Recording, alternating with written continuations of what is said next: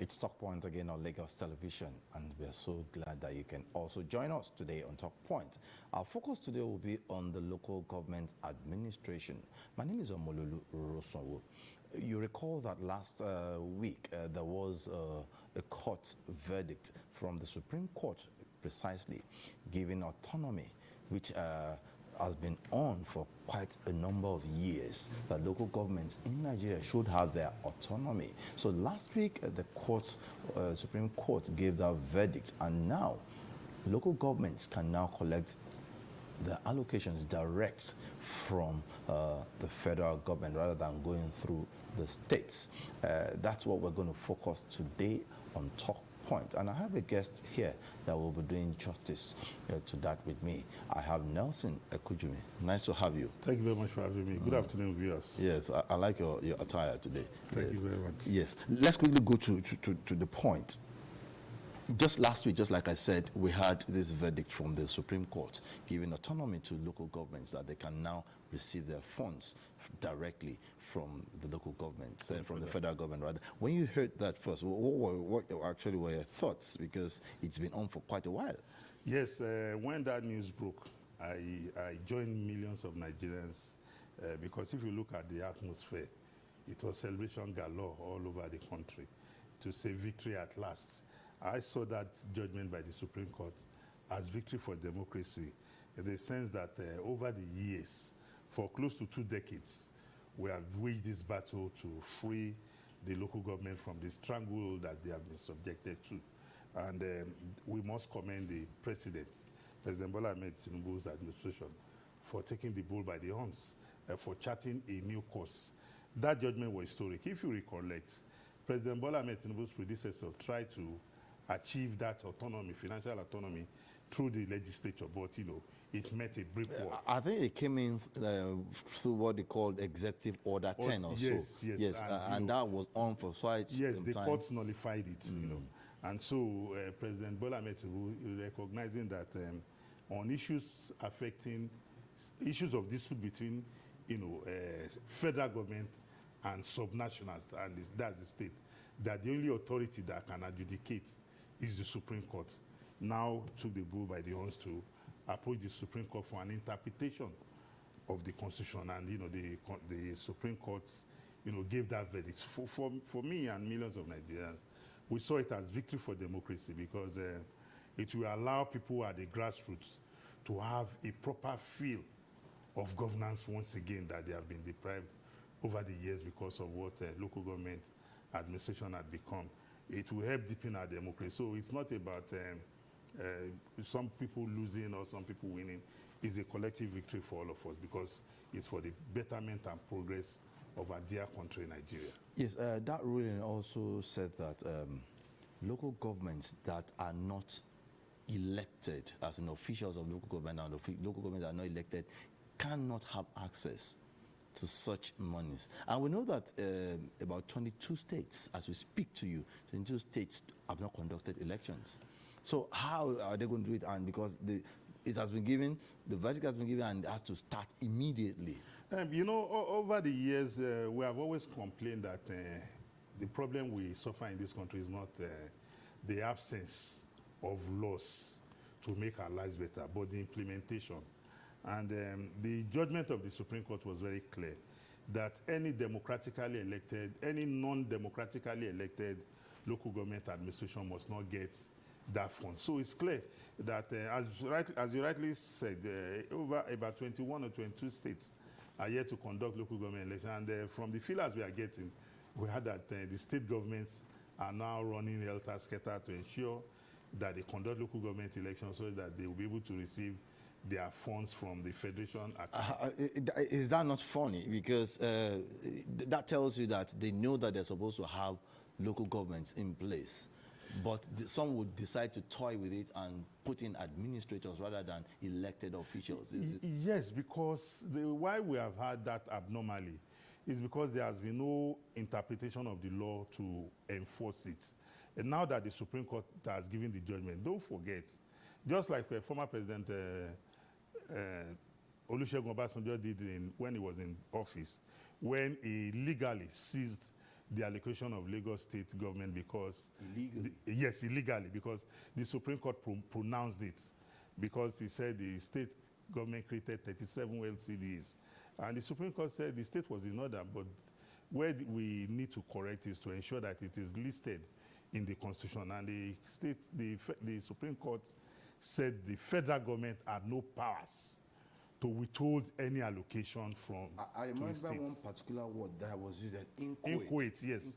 Inchoate That, it has not yet been done properly, constitutionally, as expected through the National Assembly. Because for a local government to be listed as an existing local government, it has to pass through the legislative procedures at the national level. And that was what, the Supreme Court said. But even when the Supreme Court alluded to that, the Supreme Court made it very clear that the federal government had no powers under the Constitution to withhold allocation to the state government. And that is why the Supreme Court now has given orders, because we should recognize that any judgment from the courts becomes a law.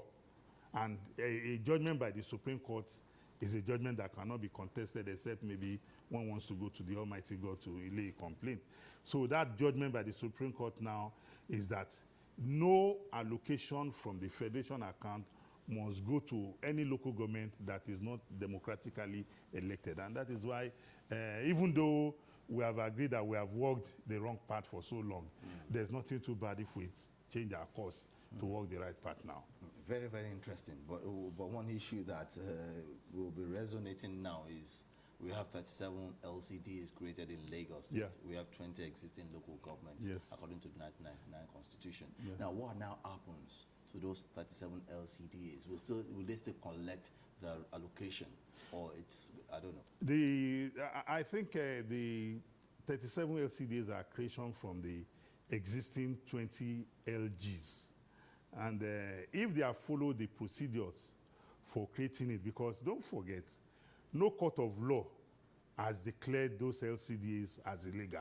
I remember, sorry, let me just, because I remember that when those local governments were to be, LCDs were to be created before they were called local governments, there was this referendum held. Absolutely, that's what the Constitution provides for. Yeah, and they came up with over 75 LCDs that may come up. But eventually it went through the State Legislative House of Assembly. So maybe that explains why they cannot be... Yes, because the Constitution is very clear about the processes for creating those, local governments or local council development areas.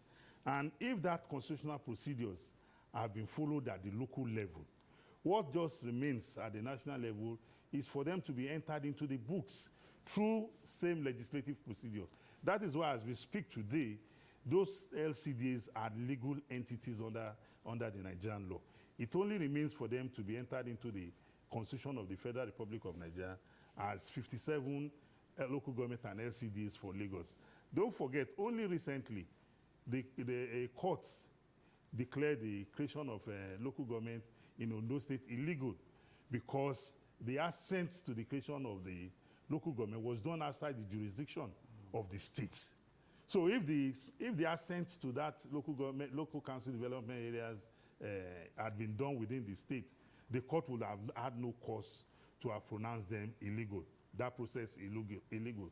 And that is why, for us in Lagos now, we hope those are the aim of our affairs. I'm talking about, the governor, the Speaker of the House of Assembly, and other well-meaning Lagosians. This is the time to approach the National Assembly through our representatives from the House of Reps to the Senate to ensure that the 37 LCDs are listed as local council development areas in the Constitution. Well, we're hoping that will happen, because the National Assembly itself also wants interpretation of that judgment, because we hear they want the Attorney General of the Federation and Commissioner for Justice to also come on board to explain in details to them. Do we have to go through that route to ensure that they get more information on it? Well, if they are not well informed, don't forget, the legislature is an institution on its own, and it has its own legal, apparatus. One expects that if the legislators are not well informed, or they are not in the know of the proper thing to do, they will seek legal advice. And if they are asking for legal advice from the Attorney General of the Federation, it's still within their powers. But most importantly is that that judgment, if you look at the time it has been given till now, nothing can be done about it. That judgment has become law. So the National Assembly members, are free to seek legal interpretation of that judgment to be able to know which way to follow in doing the right thing. Although when that judgment was given, the Governors Forum, the NGF, said it's good, that's welcome development for devolution of powers. Yeah. That's the quote. Well. Now, but are we not taking those powers gradually away from the governors? Because as I speak, the governors too will also be meeting, and the Attorney General of the Federation says we're waiting to see the reaction of the governors on it. Well, like I said earlier on, that judgment was victory for every one of us, because it has taken a lot of burden off the neck of state governments, because under the Constitution, there are rules assigned to local government administration. But over the years, we have seen those rules being bastardized and taken over by the state governments. You see state government building bus stops. That is not the responsibility of the state government under the law that we know. That's the responsibility of local governments. You see them building markets. Signage is a function of the local government. Trunk C roads, because we have seen administrations, state government take over even the construction of feeder roads that falls under the jurisdiction of local government in some states. So if the governors have come to applaud this, it means they knew the right thing all along. But maybe they were just copying bad examples from one another. But now that the court has spoken and they recognize that all Nigerians are on the same page, that look, this time has come for us to deepen democracy by having, democratically elected government at the local government level, such that our people will be able to contribute their quota, democratically to the system, and also be, beneficiaries.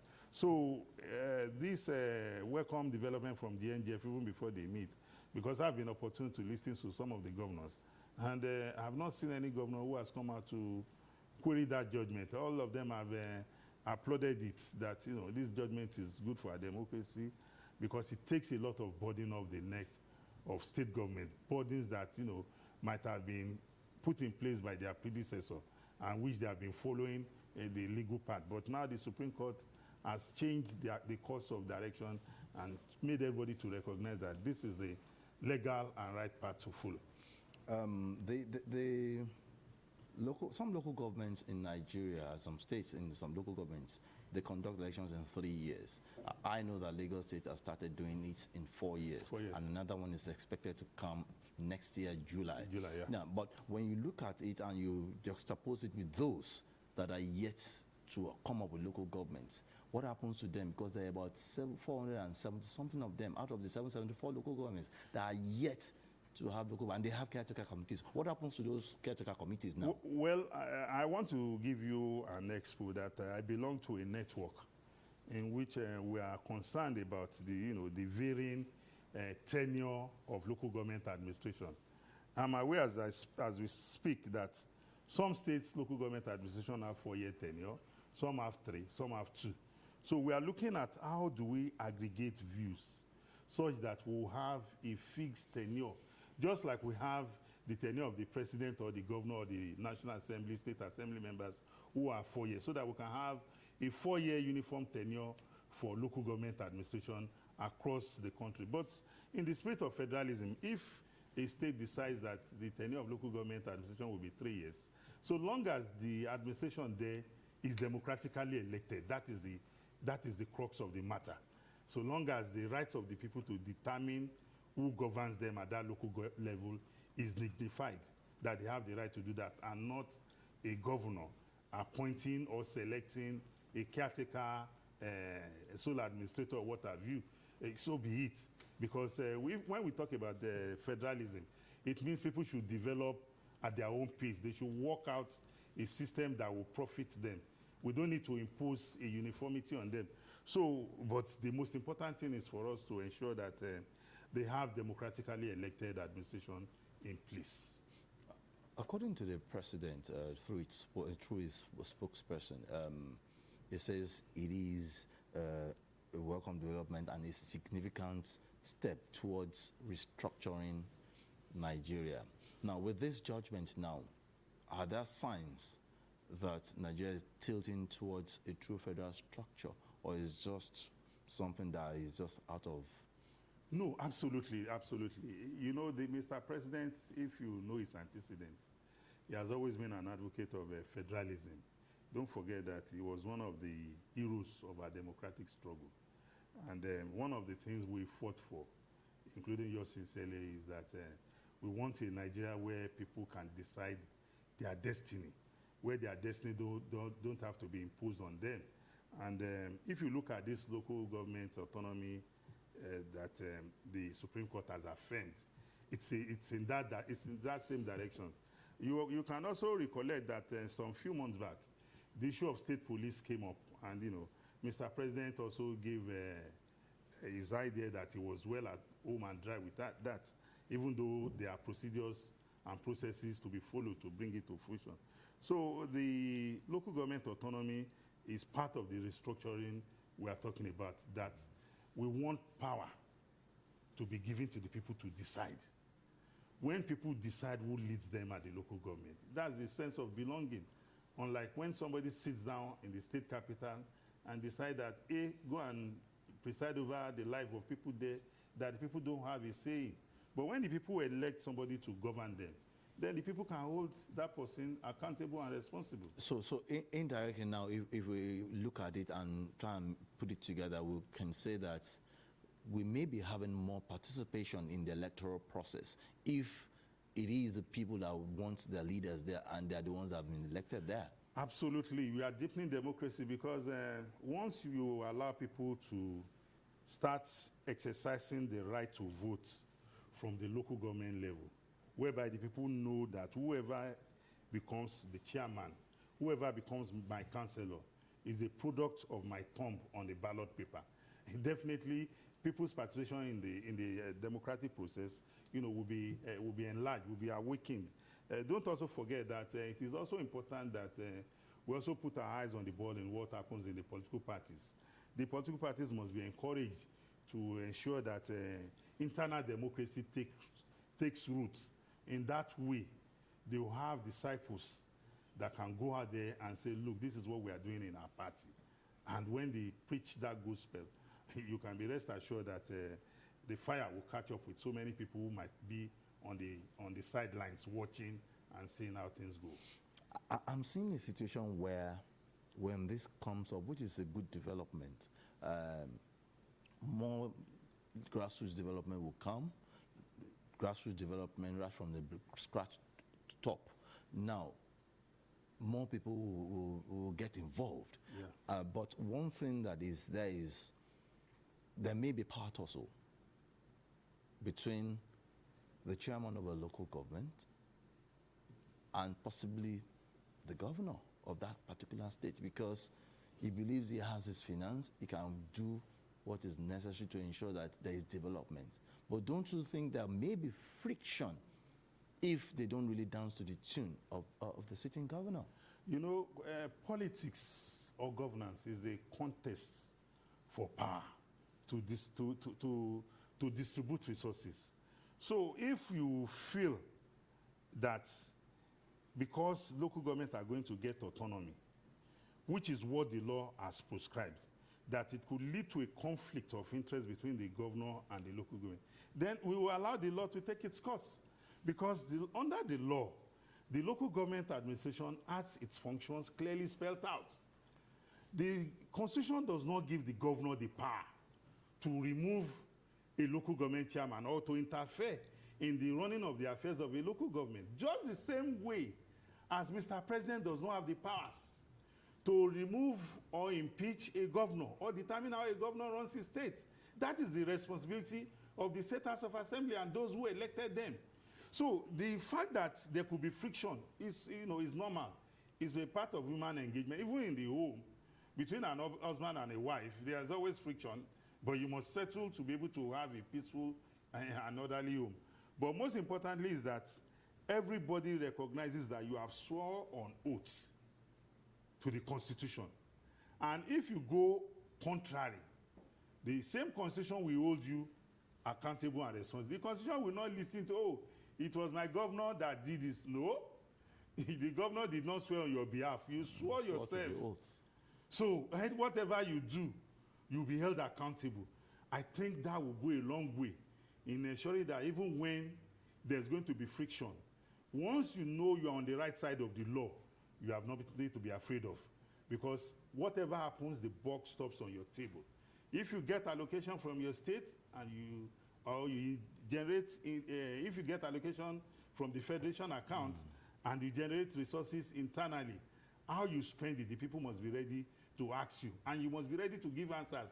Nobody will listen to you for when you come and say, oh, when we collected 10 naira there, we donated 5 naira. Who asks? Was it discussed in the legislative chamber? Was it an approved expenditure? Once it's not approved, then you have questions to answer.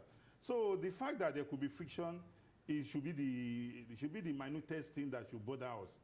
But rather that we all should ensure that any person occupying public office is held accountable and responsible for his actions.